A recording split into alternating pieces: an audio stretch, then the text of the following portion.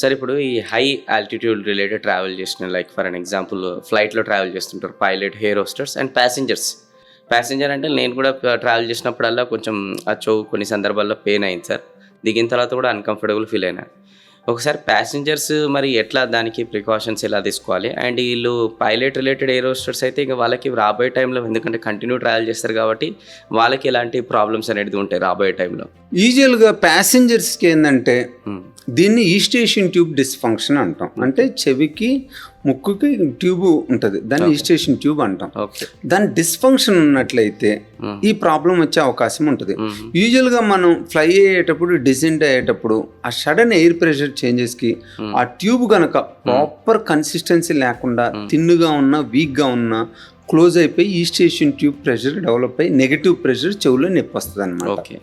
ఇది యూజువల్గా దీనికి సంబంధించి ఏంటంటే ముక్కులో ప్రాబ్లం ఉన్నోళ్ళకి ఈ ప్రాబ్లం ఎక్కువగా ఉండే అవకాశం ఉంటుంది. ఎస్పెషల్లీ నువ్వు జలుబు ఉన్నప్పుడు ప్రయాణం చేసినా మనకి ఇమీడియట్గా వస్తుంది. జలుబు ఉన్నప్పుడు యూజువల్గా ఫ్లైట్ జర్నీలు అవాయిడ్ చేయడం బెటర్. చేయాల్సి వస్తే 100% ప్రికాషన్స్ తోటి వెళ్ళాలి. లైక్ ప్రికాషన్స్ చెప్తాను. ఓకే. రెండోది ఏంటంటే ముక్కులో బోను వంకర.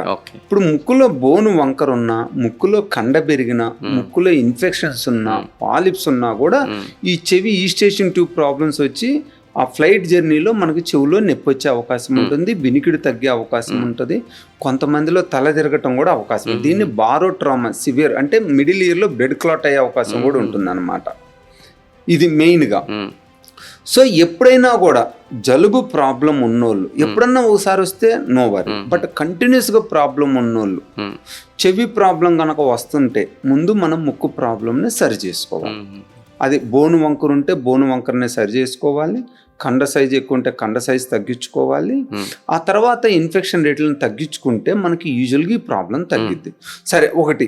రెండోది, ఓన్లీ ఫ్లైట్ జర్నీలప్పుడే ప్రాబ్లం వస్తుంది, మిగతా టైంలో మాకు ఎలాంటి ప్రాబ్లం లేదంటారు. That is purely due to ఈస్టేషన్ tube dysfunction. ఈ టైంలో ఏం చేయాలి? మనం చెవులో ప్రెషర్ అక్యుములేట్ కాకుండా ట్యూబ్ని పెటెంట్గా ఉండాలి, అంటే మూవింగ్ స్టేజ్కి తీసుకురావాలి.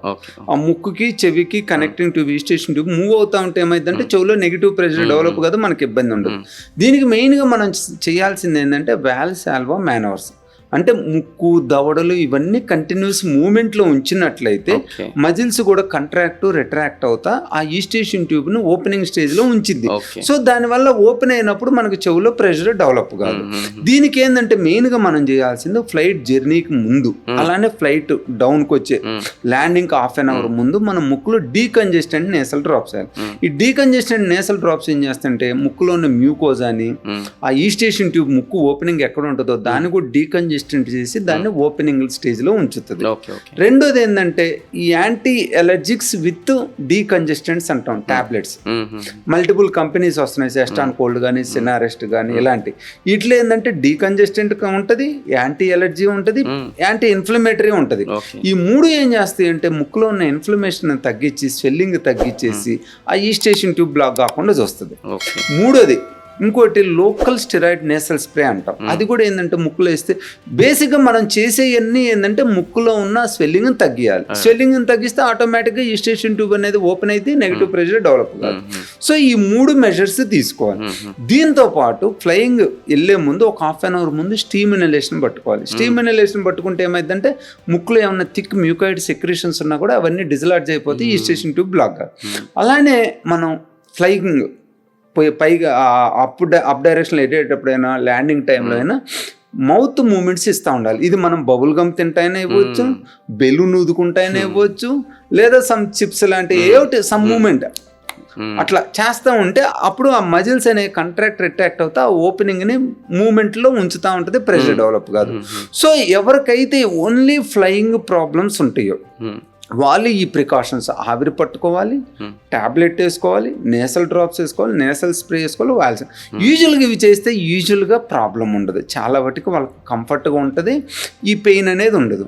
Recording flight employees like pilots అనుకోండి, ఎయిర్ హోస్ట్, వాళ్ళకి కనుక వాళ్ళకి కంపల్సరీ కూడా జాబ్ జాయిన్ అయ్యే ముందు దీని క్లియరెన్స్ తీసుకోవాలి ఖచ్చితంగా. They will send to the ENT examination, will do throat, nose and ear examination, we do hearing evaluation.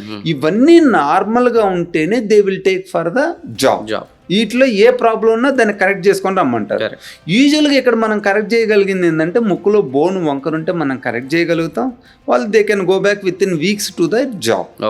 Allergy problem ఉన్న వాళ్ళకి మటుకు it may take months because we have to treat allergy, desensitization process and సైమల్టైన్స్గా nose surgery ఇవన్నీ చేయాలి. వాటిని allergy కంప్లీట్గా తగ్గించుకున్న తర్వాత వాళ్ళకి సైనస్ ప్రాబ్లం లేదన్న తర్వాత they will go fit for the job. So ఈ ప్రాబ్లం ఉన్న వాళ్ళకి ఏంటంటే ఆ ప్రాబ్లం ప్రీడిస్పోజింగ్ ఫ్యాక్టర్స్ అన్ని క్లియర్ చేసి వాళ్ళ డిసీజ్ని క్యూర్ చేసిన తర్వాతనే they are fit for the job, otherwise they are not fit.